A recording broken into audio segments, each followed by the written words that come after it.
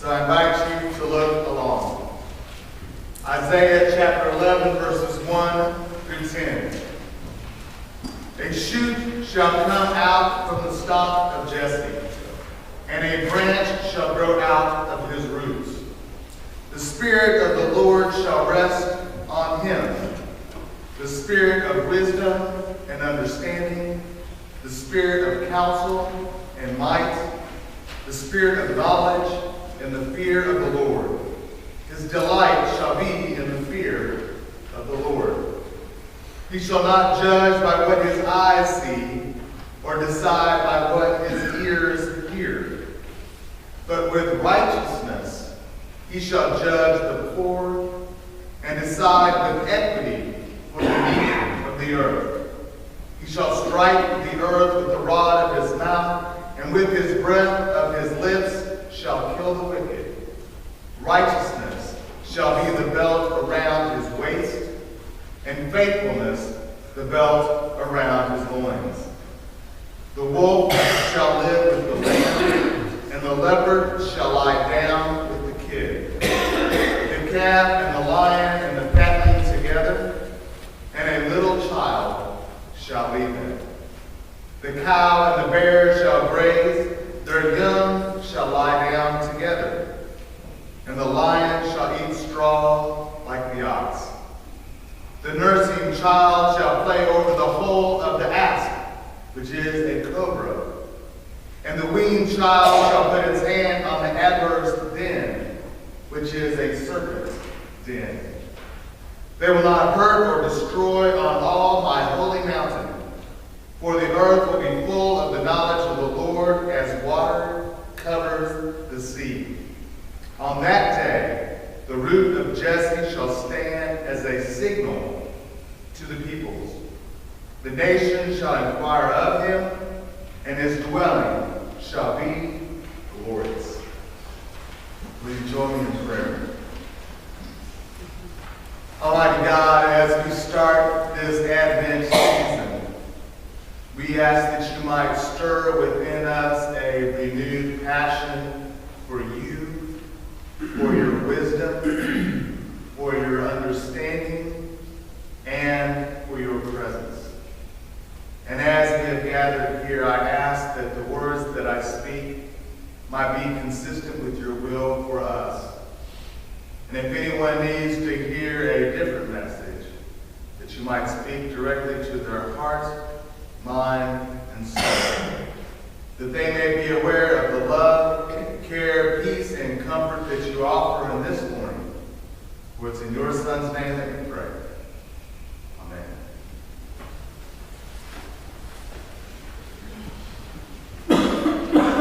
How many of you all think there is a possibility that you have put on some weight either the past few days or the past week or so? Right? So all of y'all have already started to work to compensate by going and working out, right? I'm sure you have. I'm just going to assume, I'm going to ignore the head nods I saw. And I wanted to be like you. So yesterday I went out and I worked out real hard in the gym. I stepped on the scale before I started, so I knew I needed to do extra cardio work, and we'll have to continue to do that. Get done, and I'm hot and I'm sweaty. Is there anything that feels better after a good workout than being tired and hot and sweaty? Maybe for the person beside you it is different, but what it is to enjoy that sense of accomplishment. And so I was enjoying that, and I was ready to get cleaned up, and I turned and got in the shower, and I turned it on to hot. And it was cold, so I thought, that's okay. There's a lot of showers at the Y. Maybe it's just taking a while. Not very many people here today for the hot water to come. So I waited, and waited, and waited. The hot water did not come, and it was shocking to me that there was not hot water. Because when you step in a shower and you turn it on to hot, you don't hope for hot water, right? You don't like, oh dear Lord, this time let there be hot water. You just expect it. I expected hot water.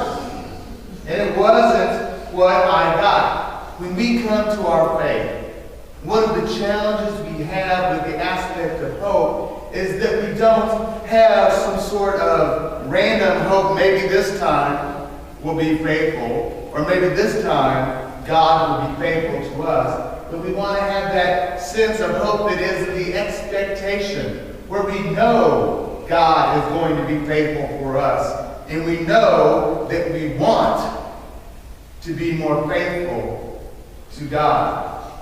But every once in a while, as we go through life, those hopes, those expectations get turned asunder, don't they? In this passage, as I was looking at it, I was reminded of the house that I had in Wichita, where we lived, and we had a tree that had died.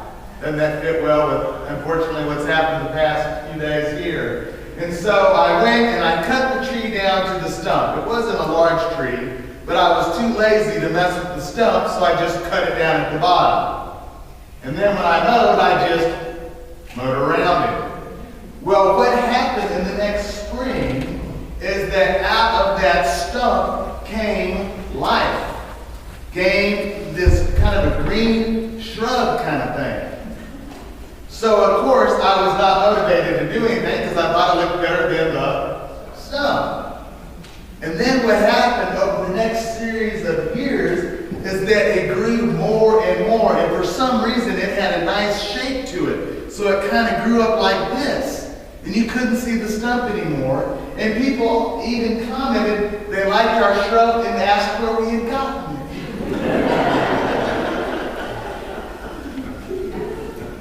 It was not expected to come out so beautiful, but it was nice and convenient that my laziness brought such good fruit. Because that's not normally what happens, is it?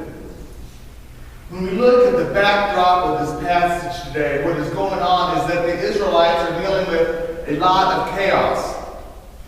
They have dealt with a lot of chaos from the Assyrians, and they're about to get to a point of transition. And so, as a sign of hope, there is this story about the shoot of Jesse coming up out of, if you will, the stump. That there is life in the midst of chaos. That there is life in the midst of death. That there is something to expect. That there is something to hope for, even when it seems there is nothing to hope for.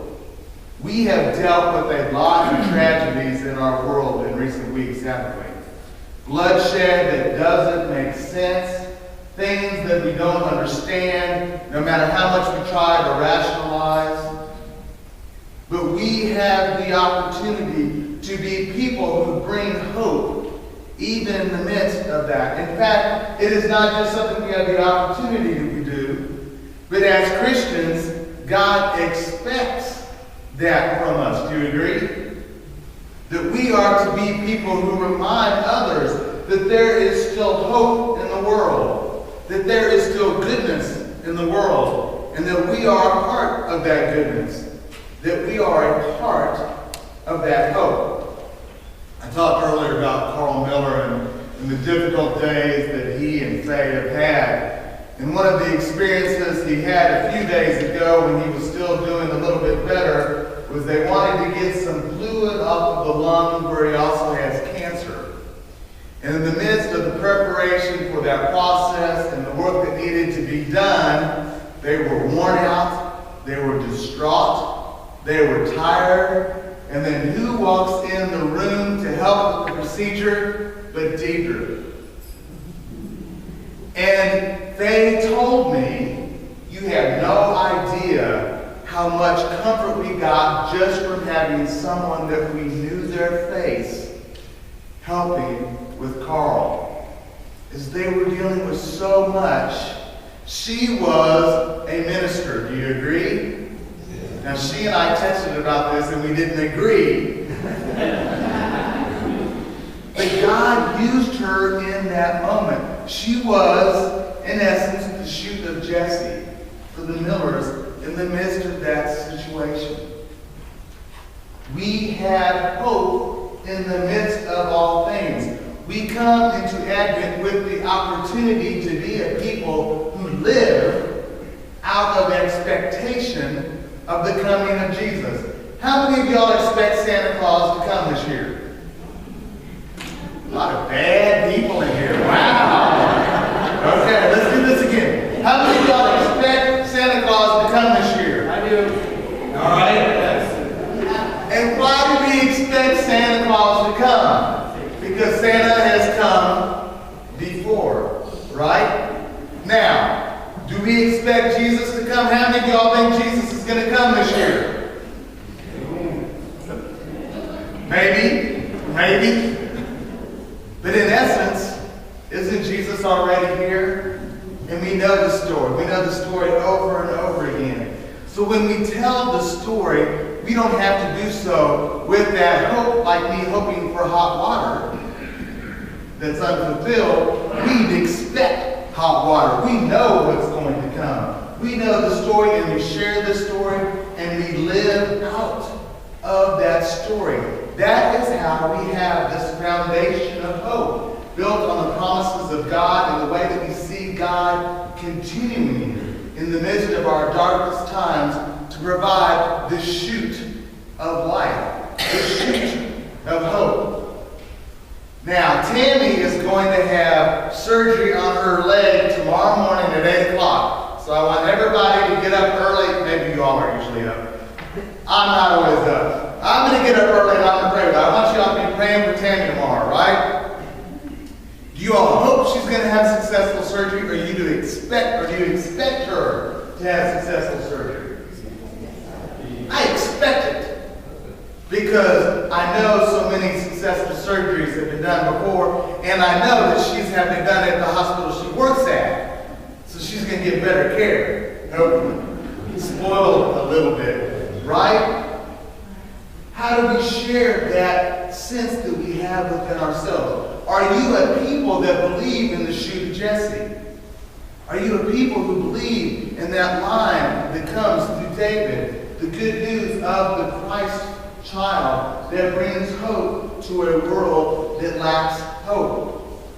Now, you all have heard me say plenty of times that I don't watch the news, but it's not enough just to not watch the news, right? We have to counter culture. We have to not just be satisfied with less than. We have to step up to the plate and proclaim, be active proclaimers of God's good news.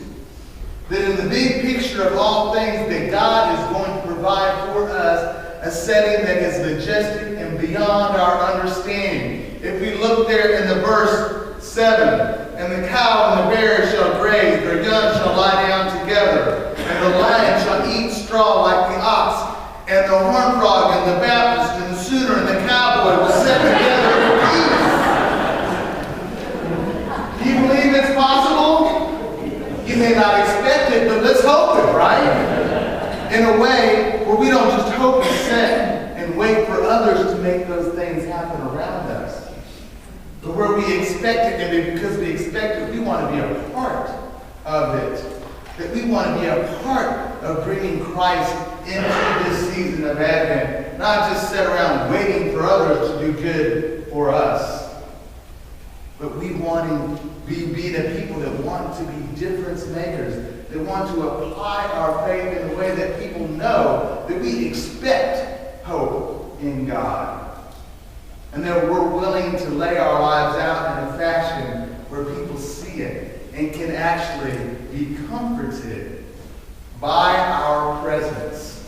How many of y'all had a relative that didn't make you feel more comforted when they visited over Thanksgiving? Don't raise your hand if you're with them. How many of y'all had someone around this past week that gave you comfort by their presence? Just being around them. Isn't that awesome? The things that we don't expect, but we have to help set a pattern for that. If we wouldn't have enjoyed that, if we wouldn't have invited people over to our houses or been invited to other people's houses or gathered together, would we? That it was an opportunity for something unique and something special because you made a decision to commit to that. How many of y'all remember Prince and Purple Rain? Okay, don't go see that movie. It's not a movie. But in that movie, one of the things that is said to Prince by the manager is, you bring too much of your personal stuff up here to the stage. Well, sometimes I bring too much of my personal stuff in here. I probably do. But I'm also, I hope, fairly transparent. And so I want to share something because I don't have a whole lot of other people to tell. But an experience of hope that I experienced this, actually not this week, it was actually when I was still gone on my cruise. But I was, as you all know, I was married before, I had a stepson David. I raised him through all of his growing up years. He was in my youth group for 7 years. We were really close.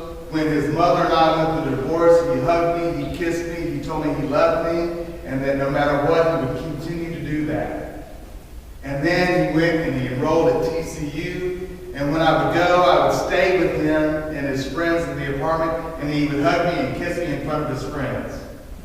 For a guy, that's pretty cool, right? In the macho man world that we live in. But when his mother got remarried, it became weird for him to have so many father figures, and we started kind of growing apart. He started contacting me a little bit less. When I call, I get the machine. And over time, we got to the point where we were just emailing.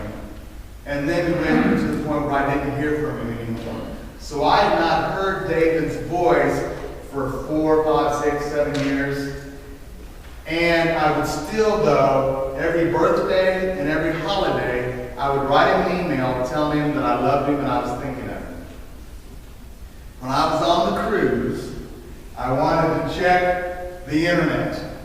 Now, you may not know this is an educational opportunity. If you go to the internet and you pay $16.99, it will give you access to the World Wide Web, kind of.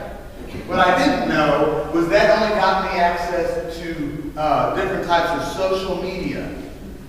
And so that only got me to Facebook for what I got. That's not what I needed. I wanted email in case y'all told me you missed me and sent me an email or something. And so instead, it was $25.99 to get access to my email, which really irritated me.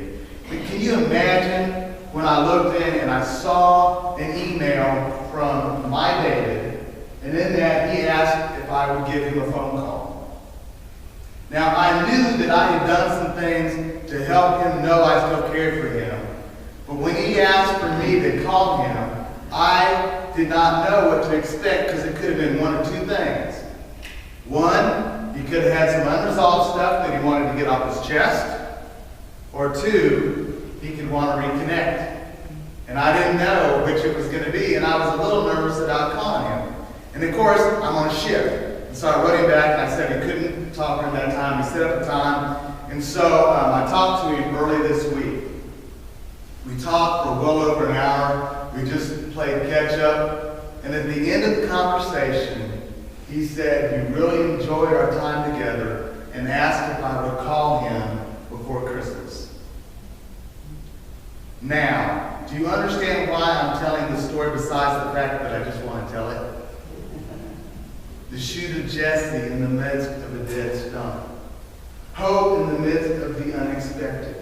Something out of the blue coming up that's a blessing. Because I make lots of mistakes, but the one thing I wanted to do was him to know I continued to care for him despite the distance. One of the things that I know we have in some of our families in the church is conflict. We have people with other family in other places that have not talked for ages. You have the opportunity to give that overwhelming gift of hope in the same way I was lucky enough that David gave it to me. You have so many different areas of your life where you can do that, even when there is not that type of fracturing.